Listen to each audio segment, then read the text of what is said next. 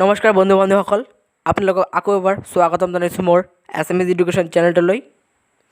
আজি মই বহুদিন বিৰতিৰ পিছত আকৌ এটা নতুন ভিডিঅ' লৈ আপোনালোকৰ মাজলৈ লৈ আহিলোঁ। আজি মই হায়াৰ ছেকেণ্ডেৰী ছেকেণ্ড ইয়েৰৰ অসমীয়া ব্যাকৰণ যিখিনি আছিল, বিভক্তি, প্ৰত্যয়, সেই সকলোবোৰ বিষয় আজি মই এই ভিডিঅ'টোৰ যোগেদি আলোচনা কৰিম। তেন্তে আহক সময় নষ্ট নকৰি ভিডিঅ'টোৰ ফালে আগবাঢ়োঁ। বন্ধু বান্ধৱীসকল, তোমালোকৰ হায়াৰ ছেকেণ্ডেৰী ছেকেণ্ড ইয়েৰৰ যিখিনি ব্যাকৰণ আছে সেইখিনি ইমান বেছি টাফ নহয়। আপোনালোকে ভালদৰে চাই ল'ব গ্ৰামাৰখিনি। গ্ৰামাৰখিনিত এইখিনি আহে যে বিভক্তি কাক বোলে, বিভক্তি কেই প্ৰকাৰ, কি শব্দ বিভক্তি কাক বোলে, কাৰক কাক বোলে, প্ৰত্যয়, এইখিনি আহে। আপোনালোকে ভালদৰে গ্ৰামাৰখিনি বা ব্যাকৰণখিনি চাই ল'ব। নহ'লে আপোনালোকে যদি গ্ৰামাৰখিনি নোৱাৰা তেন্তে আপোনালোকে SMS পৰীক্ষাত ভাল নম্বৰ পাবলৈ সক্ষম নহ'বা, কাৰণ গ্ৰামাৰৰ পৰাই পৰীক্ষাত 20 নম্বৰ থাকে। গতিকে আপোনালোকে গ্ৰামাৰখিনি ভালদৰে চাই ল'ব।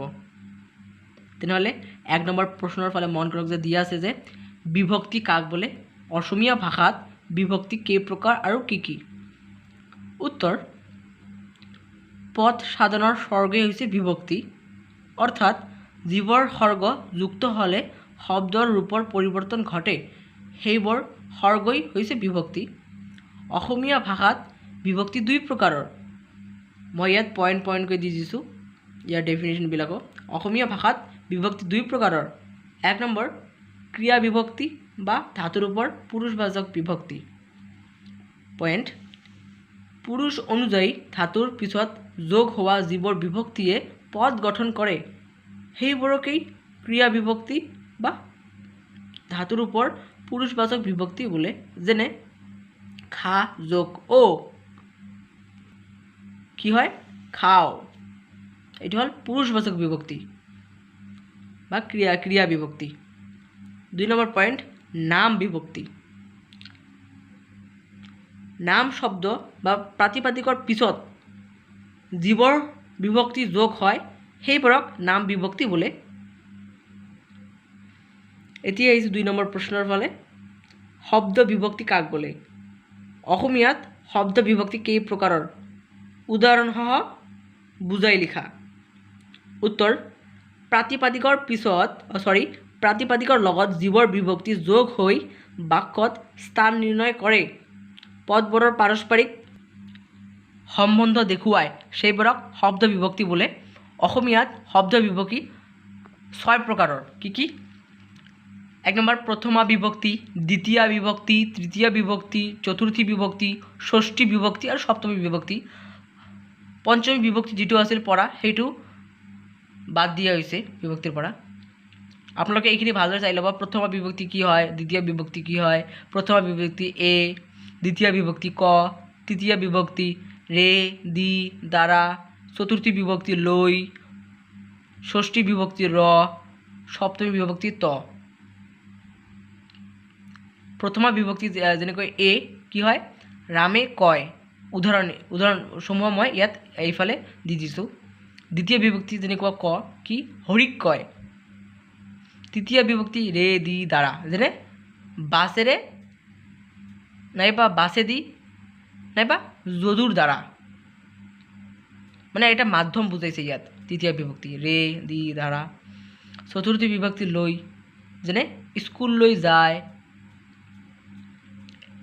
মই ইয়াৰ বিকৃতত আপোনালোকে লক্ষ্য কৰিছে যে মই প্ৰথমা বিভক্তি কি হয়? কৰ্তাকাৰক। দ্বিতীয় বিভক্তি হয় কৰ্মকাৰক। তৃতীয় বিভক্তি হয় কৰণকাৰক। চতুৰ্থী বিভক্তি হয় নিমিত্তকাৰক। ষষ্ঠী বিভক্তি হয় অপাদানকাৰক আৰু সপ্তমী বিভক্তি হয় অধিকৰণকাৰক। এতিয়া মই কাৰক সম্পৰ্কে আলোচনা কৰিম। 3 নম্বৰ প্ৰশ্ন, কাৰক কাক বোলে? অসমীয়াত কাৰক কেই প্ৰকাৰৰ? প্ৰতিবিধৰে সূত্ৰ লিখি উদাহৰণ দিয়া। এইবোৰ প্ৰশ্নবোৰ পৰীক্ষাত আহিয়ে থাকে, আপোনালোকে ভালদৰে চাই ল'ব, তেন্তে আপোনালোকৰ সুবিধা হ'ব। উত্তৰ: ক্ৰিয়াৰ লগত যাৰ সম্বন্ধ আছে তাক কাৰক বোলে। অসমীয়াত কাৰক 6 প্ৰকাৰৰ। যেনে কৰ্তাকাৰক, ইয়াত মই পইণ্ট দি পিনে ইয়াৰ ডেফিনেশ্যনটো আৰু ইয়াৰ উদাহৰণটো মই দি দিছোঁ ইয়াত। কেতিয়াবা পৰীক্ষাত 1 নম্বৰৰ কাৰণে পৰীক্ষাত প্ৰশ্ন আহিব পাৰে যে কৰ্তা কাৰক কাক বোলে উদাহৰণ দিয়া। তেনেহ'লে আপোনালোকে লিখি দিব এইখিনি। কৰ্তা কাৰক যেনে যি ক্ৰিয়া সম্পাদন কৰে, যি ক্ৰিয়া সম্পাদন কৰে সিয়ে কৰ্তা কাৰক। কৰ্তা কাৰকত প্ৰথমা বিভক্তি হয়, যেনে মেঘে গাজিছে। 2 নম্বৰ হ'ল কৰ্মকাৰক, অৰ্থাৎ কৰ্তাই যাৰ ওপৰত কাম সম্পাদন কৰে সিয়ে কৰ্মকাৰক। কৰ্মকাৰকত দ্বিতীয় বিভক্তি হয়, যেনে ৰাম হৰিক মাৰিলে। কৰ্তাই কি ডেফিনেশ্যনটো কি ইয়াৰ? কৰ্তাই যাৰ ওপৰত কাম সম্পাদন কৰে। ইয়াৰ উদাহৰণটো কি? ৰামে হৰিক মাৰিলে। ইয়াত কৰ্তা কোন? ইয়াত কৰ্তা হ'ল ৰাম। ৰামে কি কৰিছে? হৰিক মাৰিলে। গতিকে যে মাৰাটা এইটো হ'ল কাৰ্য বা কাম। কাৰ্য বা কাম একে। 3 নম্বৰ কৰণ কাৰক, অৰ্থাৎ কৰ্তাই যাৰ দ্বাৰা কাম সম্পাদন কৰে তাক কৰণ কাৰক বোলে। কৰণ কাৰকত তৃতীয় বিভক্তি হয়, যেনে আমি নাৱেৰে নদী পাৰ হ'লোঁ। 4 নম্বৰ নিমিত্ত কাৰক, যেনে ক্ৰিয়াৰ সৈতে সম্বন্ধ ঘটা পদকে নিমিত্ত কাৰক বোলে। নিমিত্ত কাৰকত চতুৰ্থী বিভক্তি হয়, যেনে দেউতা বজাৰলৈ গ'ল। 5 নম্বৰ অপাদান কাৰক, যাৰ পৰা পৃথক হোৱা, উৎপন্ন হোৱা, আৰম্ভ হোৱা, ভয় পোৱা, ৰক্ষা পোৱা, অন্তৰ্ধান হোৱা বুজায় তাক অপাদান কাৰক বোলে। অপাদান কাৰকত ষষ্ঠী বিভক্তি চিন ব্যৱহাৰ কৰাৰ উপৰিও পৰা অনুসৰ্গ যোগ কৰা হয়, যেনে তিলৰ পৰা তেল ওলায়। 6 নম্বৰ অধিকৰণ কাৰক, অৰ্থাৎ যি ক্ৰিয়াৰ আধাৰ, অৰ্থাৎ কৰ্তা আৰু কৰ্মই যিহৰ ওপৰত ক্ৰিয়া সম্পাদন কৰে তাকেই অধিকৰণ কাৰক বোলে। অধিকৰণ কাৰকত সপ্তমী বিভক্তি হয়, যেনে মাছ পানীত থাকে। এতিয়া আহিছোঁ 4 নম্বৰ প্ৰশ্নৰ ফালে। প্ৰত্যয় কাক বোলে? ই কেই প্ৰকাৰ আৰু কি কি? উত্তৰ: শব্দ সাধনৰ স্বৰ্গবোৰক প্ৰত্যয় বুলি কোৱা হয়। স্বৰ্গ সাধনৰ প্ৰত্যয়বোৰক স্বৰ্গ বুলি কোৱা হয়, নাইবা শব্দ সাধনৰ স্বৰ্গই হৈছে প্ৰত্যয়। প্ৰত্যয় 2 প্ৰকাৰৰ। কি কি? পূৰ্ব প্ৰত্যয় আৰু পৰ প্ৰত্যয়। অসমীয়া ভাষাত পৰ প্ৰত্যয় 2 প্ৰকাৰৰ। কি কি? 1 নম্বৰ কৃত প্ৰত্যয় আৰু তদ্ধিত প্ৰত্যয়। অ'কে, এতিয়া আহিছোঁ ইয়াৰ ডেফিনেশ্যন আৰু ইয়াৰ উদাহৰণসমূহৰ ফালে। 5 নম্বৰ প্ৰশ্ন, এইটো এটা ইম্পৰ্টেণ্ট প্ৰশ্ন হয়। কৃত প্ৰত্যয় আৰু তদ্ধিত প্ৰত্যয় কাক বোলে? উদাহৰণ দি বুজাই লিখা। উত্তৰ: প্ৰথমে কৃত প্ৰত্যয় মই কৈছোঁ। ধাতুৰ পিছত যোগ হৈ যি প্ৰত্যয়ে নতুন অৰ্থবাচক শব্দৰ সৃষ্টি কৰে সেইবোৰ প্ৰত্যয়কে কৃত প্ৰত্যয় বোলে।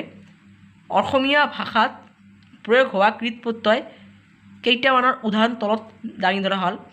মই ইয়াত উদাহৰণকেইটা দি দিছোঁ। মৰ যোগ অক ইকুৱেল টু মৰক। মৰটো হৈছে ধাতু, অকটো হৈছে কৃত প্ৰত্যয়, আৰু মৰক যিটো নতুন এটা শব্দৰ সৃষ্টি হ'ল, এইটো এটা নতুন শব্দবাচক শব্দ, সেইকাৰণে এইটো হৈছে কৃত প্ৰত্যয়। খজুৱা যোগ অতি ইকুৱেল টু খজুৱতী। খা যোগ অন ইকুৱেল টু খাৱন। জান যোগ অনি ইকুৱেল টু জাননী। দা যোগ অনি ইকুৱেল টু দাৱনী। মগ যোগ অনিয়াৰ ইকুৱেল টু মগনিয়াৰ।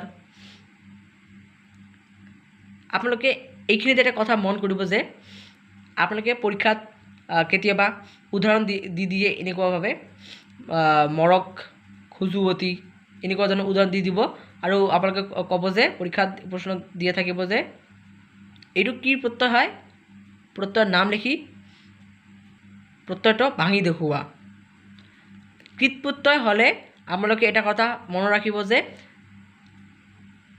যিবোৰ শব্দই ক্ৰিয়া কৰাক বুজায়, মানে কাম কৰাক বুজায়, যিকোনো এটা কাম কৰাক বুজায়, সেইবোৰ প্ৰত্যয় হ'ল কৃত প্ৰত্যয়। যেনে ইয়াত দেখিছে নাচ যোগ অনি ইকুৱেল টু নাচনী। নাচনী কি কৰে? নাচনী ক্ৰিয়া কৰে, হয় না? নাচনি ক্ৰিয়া কৰে, সেইকাৰণে নাচনিটো হ'ল কৃত প্ৰত্যয়। ইয়াত লিখা আছে যে আৰু কান্ধ যোগ উৰা ইকুৱেল টু কান্দোৰা। কান্দোৰাও হয় কৃত প্ৰত্যয়, কাৰণ কান্দোৰাই ক্ৰিয়া কৰে। যেনেকৈ ইয়াত লিখা আছে দা যোগ অনি ইকুৱেল টু দাৱনি। দাৱনিও ক্ৰিয়া কৰে বা কাম কৰে, কাম কৰাক বুজায়। সেয়েহে এইবোৰ কৃত প্ৰত্যয়। আপোনালোকে ভালদৰে শব্দটো চাই ল'ব, কি শব্দৰ পৰীক্ষাত কি শব্দ দিয়া আছে আৰু শব্দটো ক্ৰিয়া কৰাক বুজায় নে নুবুজায়। যদি ক্ৰিয়া কৰাক বুজায় তেনেহ'লে কৃত প্ৰত্যয়। অ'কে,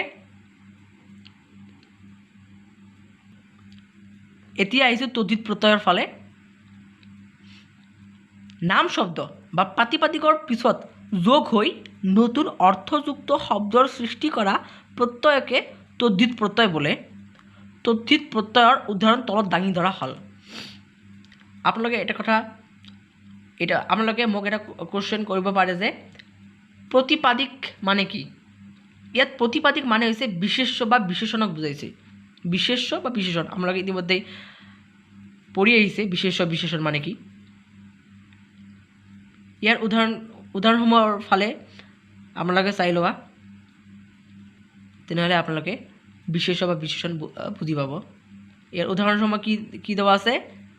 খেত যোগ ই ইকুৱেল টু খেতি, ধান যোগ অনি ইকুৱেল টু ধাননি। ইয়াত খেত হৈছে প্ৰাতিপাদিক, প্ৰাতিপাদিক মানে বিশেষ্য বিশেষণ। খেত মানে খেত, আৰু আছে ধান, ধানটো হয় এটা বিশেষ্য বা বিশেষণ পদ, মানে ধান ক্ৰিয়া কৰাক নুবুজায়। ধানটো এটা ঠাইতে স্থিৰ হৈ থাকে, সেইকাৰণে এইটো তদ্ধিত প্ৰত্যয়। যেনে খেত যোগ ই ইকুৱেল টু খেতি, ধান যোগ অনি ইকুৱেল টু ধাননি।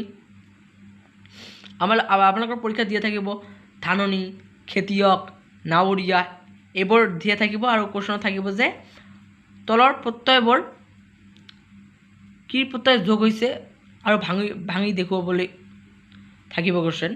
আপোনালোকে প্ৰশ্নটো ভালদৰে চাই ল'ব যে যদি শব্দকেইটা কোনো ক্ৰিয়া কৰা বুজায় তেনেহ'লে কৃত প্ৰত্যয় হ'ব, আৰু যদি বিশেষ বা বিশেষণ বুজায় তেনেহ'লে তদ্ধিত প্ৰত্যয় হ'ব। অ'কে, এতিয়া আহিছে 6 নম্বৰ প্ৰশ্নৰ ফালে। জতুৱা ঠাঁচ কাক বোলে? ই কেই ধৰণে বাক্যত প্ৰয়োগ হয় বুজাই লিখা। জতুৱা ঠাঁচ কাক বোলে? ই কেই ধৰণে বাক্যত প্ৰয়োগ হয় বুজাই লিখা। অ'কে, এনচাৰ: অন্য শব্দৰ সহযোগত শব্দৰ প্ৰচলিত অৰ্থতকৈ আন বিশেষ অৰ্থ প্ৰকাশ কৰা ভাষাৰ এনে ৰীতিক বা ঠাঁচক জতুৱা ঠাঁচ বোলে। জতুৱা ঠাঁচ বাক্যত দুই ধৰণে প্ৰয়োগ হয়। এইবোৰ হ'ল সাধাৰণ অৰ্থ প্ৰকাশক আৰু সম্প্ৰসাৰিত অৰ্থ প্ৰকাশক। মই যিখিনি ইম্পৰ্টেণ্ট জতুৱা ঠাঁচ আছে সেই সকলোবোৰ মই কালেক্ট কৰি আন এটা ভিডিঅ'ত আপোনালোকৰ ওচৰত লৈ আহিম। তেনেহ'লে আজিৰ ভিডিঅ'টোত ইমানেই। ধন্যবাদ।